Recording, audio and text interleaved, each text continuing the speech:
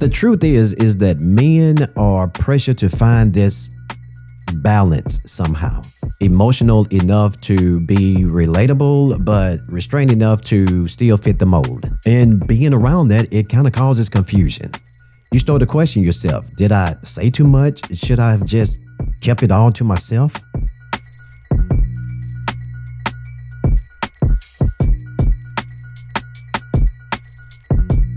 You know, one of the strangest things that men deal with today is the unspoken rule about emotions. You're expected to have those emotions. You're expected to show them to prove that you're not some cold, detached statue.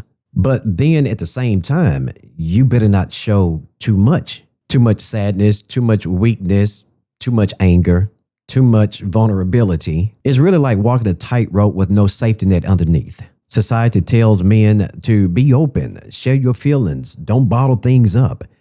But yet, the moment a man actually does that, there's this subtle backlash. It could be your partner who loses respect for him when he cries. Or it could be that friend of yours that changes the subject anytime that you talk about your feelings or how you may be depressed about something. Maybe it's in the workplace where being too emotional makes you unstable. But if you're too detached, it makes you cold and unapproachable. The truth is that men are pressured to find this balance somehow. Emotional enough to be relatable, but restrained enough to still fit the mold. And being around that, it kind of causes confusion. You start to question yourself. Did I say too much? Should I have just kept it all to myself? Was that the wrong time to really open up? But the irony of all that is that very pressure makes a man less likely to open up at all. Because why risk it if it's only going to backfire on you? So then you get this silent struggle. Men carrying around pain, disappointment, and insecurities with no safe place to even put it.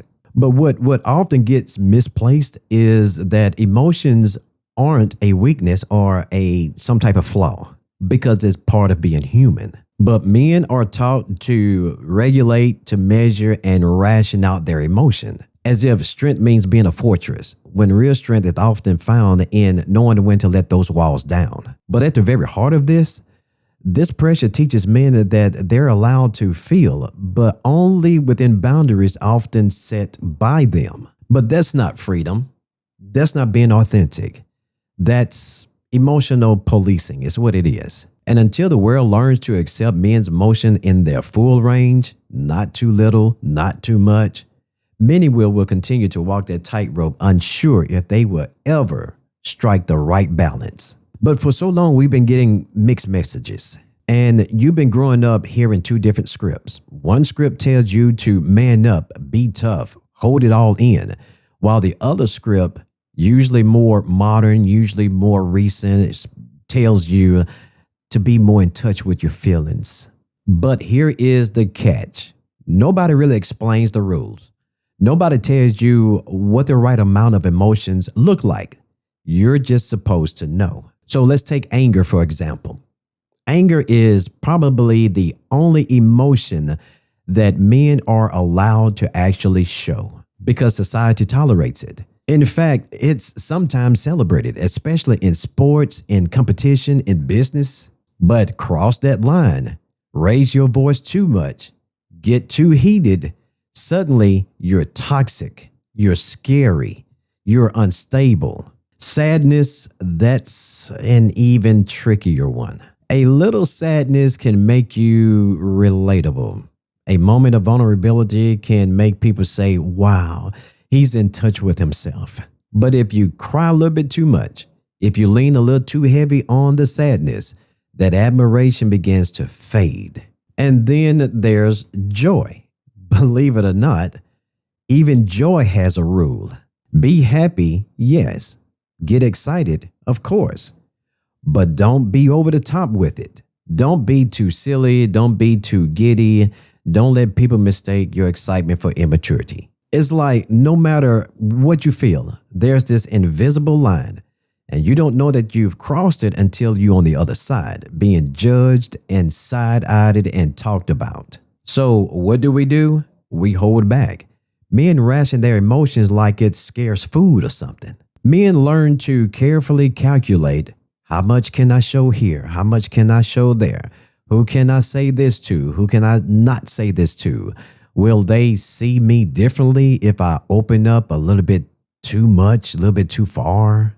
Come on, man, this is wearing me out here. It keeps you from being free. It keeps you from being real. And over time, it begins to take a toll. Holding everything in makes your chest feel so full and so heavy. It turns into stress. It turns into distance between you and the people who you care about. Because even when you want to let them in, something inside you say, not too much. Don't risk it. And so here's one of the consequences here. Is that you might even start to believe your own silence. You convince yourself that you're fine when really you're not. You say that you're good when inside you're carrying things that should have been laid down a long time ago. But being like this, there are casualties because the cost isn't just you, it's on your relationships too. Because when you hide too much, people around you never really get to fully know who you are. They get fragments, edited versions of you, curated pieces of who you are. And when you're not able to fully give yourself to especially those who you love, it leaves you feeling lonely. And there's nowhere is this pressure clearer than in relationships, especially romantic ones. Because your woman might say, I want you to open up to me. I want you to share your feelings to me. And in that moment, you really believed her. You begin to let your guard down. You may even shed a tear or two. And you begin to reveal things to her that you have never told anybody else. For a while, it feels safe and it feels like connection. But then over time, you begin to notice that something is changing because it seems like that she don't look at you quite the same way anymore. Maybe her tone carries a hint of disappointment now. Maybe in some deep corner of her heart, respect slipped a notch. And it's not always intentional. It's not always malicious. Sometimes it's just conditioning. Society has trained everyone, men and women alike, to expect men to be strong pillars. So when the pillar bends, even slightly, it shakes the whole foundation. So you pull back. You tell yourself, never again. Never show that much again.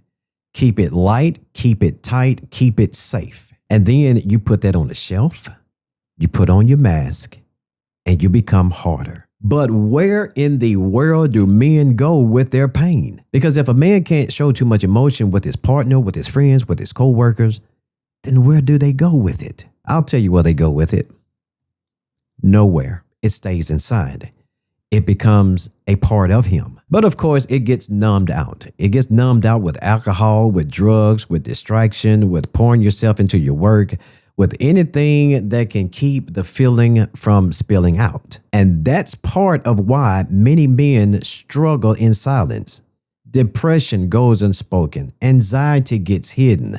Trauma sits buried because men feel like that they have no safe place to go. Everybody says, talk about your emotions, let it all out. But don't provide a place where that talk is truly welcomed without judgment and without consequences. So what now?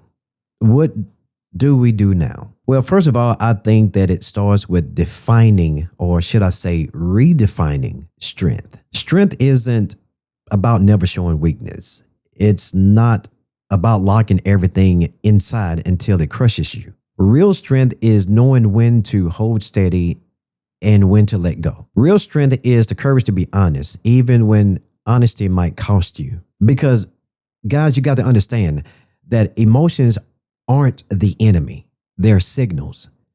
They tell you when something matters, when something hurts, when something needs attention. And ignoring them doesn't make you stronger. It makes you numb. So if you're listening to this, maybe this is the takeaway. That guys, you don't have to be perfect with your emotions. You don't have to always know the right balance, but you do deserve the freedom to feel without fear. And if you're someone who's in love with your man, maybe the takeaway is this for you. When he opens up, let him. Don't police the volume of his emotions. Don't measure how much is too much. Just receive it, because that's where connection grows. At the end of the day, the more that we talk about issues like this, the closer we can get to creating a world where a man can finally breathe.